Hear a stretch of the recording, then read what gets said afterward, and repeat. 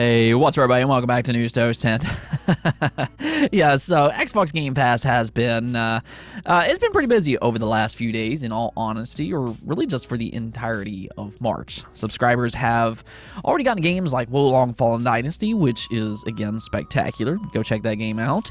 Then yesterday at the Paradox Showcase, they announced a couple more Day 1 releases for 2023. A couple interesting ones, in fact. Do make sure to go check out my previous video on that topic. But for today, because Xbox Game Pass just doesn't know the word slow down, they revealed even more Game Pass games for the month of March, including a couple exciting releases. Again, they have been pretty busy, so we're going to get into all of that today, as well as a possible update for none other than Grand Theft Auto 6. Yeah, I know there's about 10 years worth of hype for that specific game, so any update is exciting by this point, especially in regards to a possible release window. Before we get started, though, do make sure to hit those buttons below, like, subscribe, and do hit that bell. It helps the channel a ton, and plus, it'll help you stay up to date with all of the latest daily gaming news. With that said, though, as always, let's just go and jump right into it. Starting off with PlayStation VR 2. I feel like this thing has had a fairly quiet launch, which is probably about as expected. VR technology is still niche at the end of the day, so it's not really going to get the same amount of buzz as a typical hardware launch. However, it did release late last month, and it did receive mostly good feedback. I've seen several people specifically impressed with Gran Turismo 7 on PlayStation VR 2, but still, you do have to kind of wonder on how this thing has sold so far and what Sony's expectations are going forward. Well, Sony's CFO spoke out on this during a fireside chat during a conference, and while he didn't give us the exact units sold, he still seemed fairly pleased with its overall launch by saying, "We are very happy to launch VR 2 on PlayStation 5. VR 1, we sold over 5 million units, and I think we have a good chance to exceed that amount with PlayStation VR 2. Now, he also continued on to say that VR technology as a whole could potentially be one of the largest growth areas in media for the first half of the decade, so it does seem like they're kind of banking on that forecast as well. But ultimately, I think that all this is really just going to kind of come down to Sony's output for PlayStation VR 2. I think as long as Sony can put together a good exclusive library over time, it's going to do fine. Being a part of the PlayStation brand, that majorly helps. But again, this is a niche technology that they need to convince people with, especially now that you have other headsets like the Oculus Quest 2, which is both more affordable and it's a standalone device. Now, Gran Turismo and Horizon Call of the Mountain, though, I'd say that's a good start, but hopefully we'll see some other big titles for PlayStation VR 2 throughout the year, and hey, maybe we'll also get an Astro Bot sequel. I'm just kind of saying, I love that first game on the original PSVR. Still probably one of my favorite VR titles to date. Now, we also got that much anticipated patch for Pokemon Scarlet and Violet last week, which honestly continues to be a little bit of a disappointment. Unfortunately, this update didn't exactly fix the game's performance all that much. It is still sadly sporadic, so I guess we're just going to go and kick that can down the road. Hopefully, it'll get fixed eventually. But in the meantime, an even more immediate problem has cropped up because some players are now reporting that save files are being deleted due to a bug that the recent patch introduced. Now, however, there is a little bit of a caveat here. Right now, apparently, this is seemingly only affecting players who are pairing the game with Pokemon Go and using its functionality. So if you haven't paired your game with Pokemon Go, theoretically, you should probably be fine unless something else is happening here that we just don't know about currently. Now, we also don't really know how widespread this issue is as of yet, but for the time being, I just go ahead and spread caution pairing your game with Pokemon Go, or at least for the time being. I don't know, though. I love the Pokemon franchise. It's one of my all-time favorites, as many of you all are probably very well aware of by this point. But I really can't argue with what's happening. The launch of this particular game has just not been smooth. I mean, I'll stand by what I've said previously. I think it's a great game outside of its performance and bug problems, and for that reason, I hope we can see some legitimate fixes throughout the year. Maybe a huge patch will launch side by side with one of those expansions, but truth be told, really, the Pokemon community deserves better. Oh, and one Xbox game that's been in a rumor mill for quite some time appears to be true after all, and that's none other than Neon White. Now, this game launched on the Nintendo Switch and PC last year to absolutely glowing praise from both critics and fans alike. It later on released on PlayStation as well, but it actually was one of the highest rated games last year with an 89 overall score on Metacritic. It also received various awards, so I mean, this is a good game that unfortunately, as of this moment, Xbox players are just kind of missing out on currently.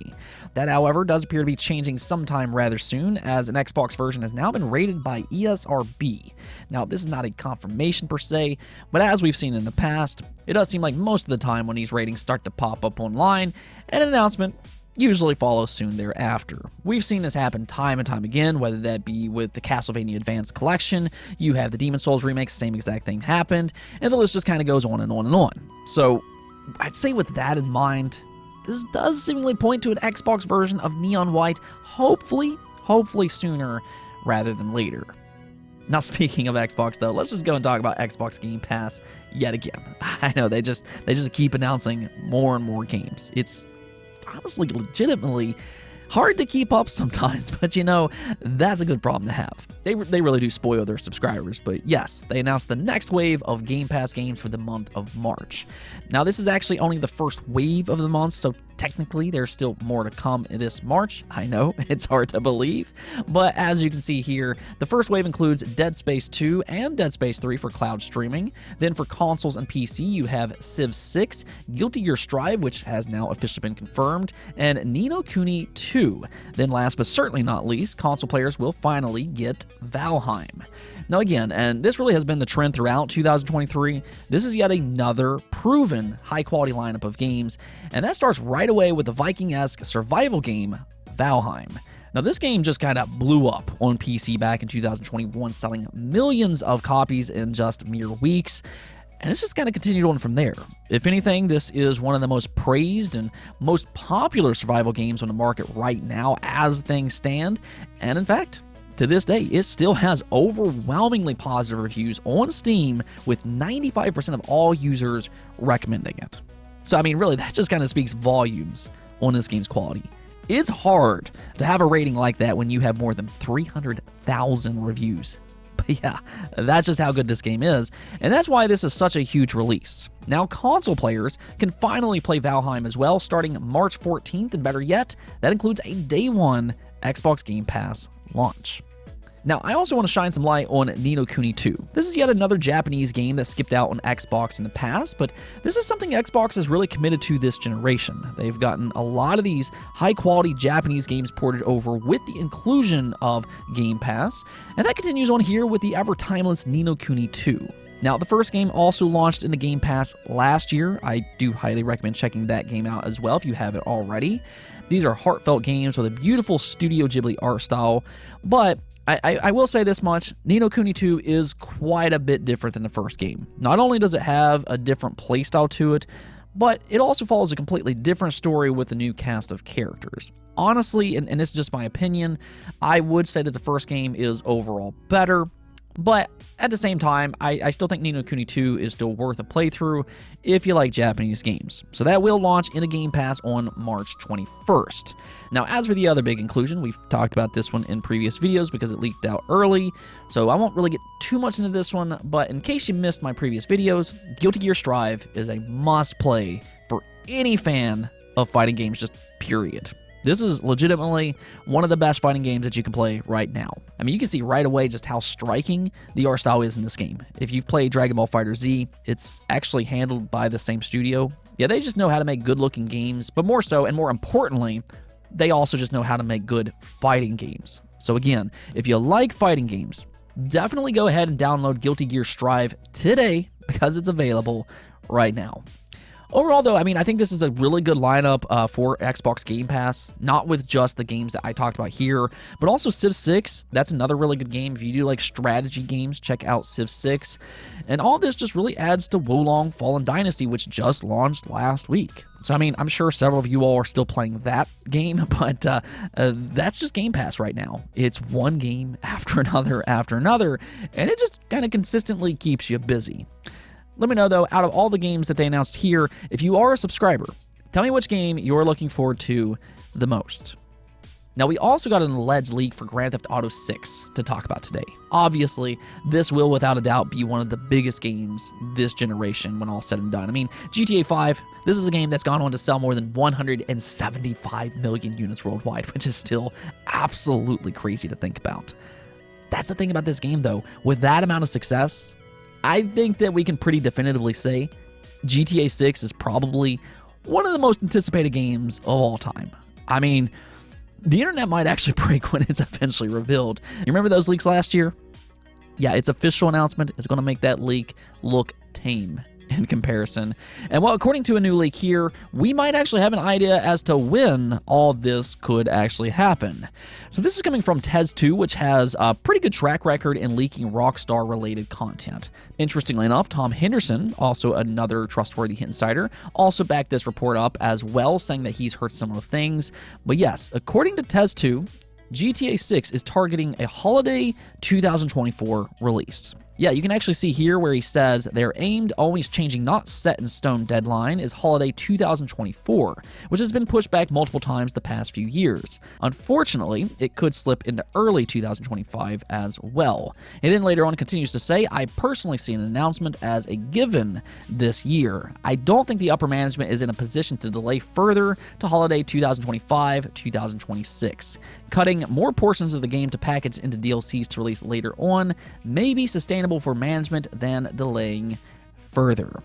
So there's really three things that kind of stands out about this leak. The first and second of which are its release date and then also its announcement. So according to Tez, its announcement might actually happen as early as this year, which that alone, that'll be exciting for sure. Really just kind of lift the veil in this game with something polished and official will really get the ball rolling, and then they can just kind of further show it in 2024 with even more updates. However, he does also note that while it currently has a holiday 2024 release target, that's only a target and certainly not set in stone. So with that in mind, even if they do announce it this year with a 2024 release window, I'd still go in cautious that it'll actually release next year. I'd say just kind of go in with tempered expectations. If anything else, GTA 6 is still a ways away. But at the same time, we're at the very least getting to the point where we start to see official gameplay and things like that. Hey, that's exciting all on its own. However, the other part about this leak is maybe a little bit more alarming. I don't know if we should necessarily be surprised by this per se, just because a lot of modern games do the same thing. But yeah, according to Tez2, GTA 6 might not necessarily launch as a full package. Now, that doesn't necessarily mean that it won't be a high-quality package. I fully expect it will be high quality, but unfortunately, they might cut content to sell as DLC, which will also allow them to launch sooner. Which, I mean, I think that there's kind of an argument that can be made there. Hey, maybe just go and take the extra time to get everything included day one. But again, this is modern development that we're talking about here, so nothing really surprises me anymore, but nonetheless, it does look like an official GTA 6 announcement could be sooner rather than later. Let's go and take a look at the poll of the day, though, and since we've had a lot of Game Pass news as of recent, I went in and asked you all, which upcoming Day 1 third-party Xbox Game Pass game are you most excited for? I mean, there's definitely a lot of them on the upcoming calendar, but as you can see here, most of you all are, interestingly enough, excited for Lies of P, with 45% of you all voting for that, then 23% of you all voted for the much talked about, much anticipated, the ever-eluding Hollow Knight Silksong, then 12% of you all voted for Other, 11% of you all voted for Ark 2, and then 9% of you all voted for The Last Case of Benedict Fox. Now, honestly, I think all of these games look great, but I can definitely understand why a lot of you all would vote for Lies of P. This game was shown at last year's Gamescom, and it does look really good. I mean, this game looks a lot like Bloodborne. Now, I'm a huge fan of Bloodborne. For whatever reason, we still have not gotten an update for that game, getting it to 60 frames per second, which is honestly just a travesty. But in the meantime, Lies of P is heavily inspired by Bloodborne, which you can easily, very clearly see when it comes to its gameplay as well as its atmosphere. So hopefully this game turns out to be as good as it looks. Really though, this is kind of the thing that I love about Game Pass. I've said this countless times before, but games like Starfield, I would have purchased that game no matter what. I mean, I saved some money because it's coming to Game Pass, but it's all these other games that really grabs my attention because they can really just come out and surprise you. I don't have to worry about reviews. I can download them and play them day one myself and see whether or not I like them. And a lot of the times, there's some real, true hidden gems here. And I think with this list alone, whether that be The Last Case of Benedict Fox, whether that be with Flintlock or Replaced, I mean, that's a gorgeous looking independent game. All of these games are at the very least intriguing, and I'm really excited to play them myself. Now, I mean, with Hollow Knight Silksong, that's a pretty much guaranteed good game, but all these other games, at the very least, are intriguing. Anyways, though, that's it for this episode, but if you liked the video, don't forget to bell notification and subscribe button for more content just like this. Also, if you'd like to support the channel through Patreon, thank you for making this content possible. Peace out.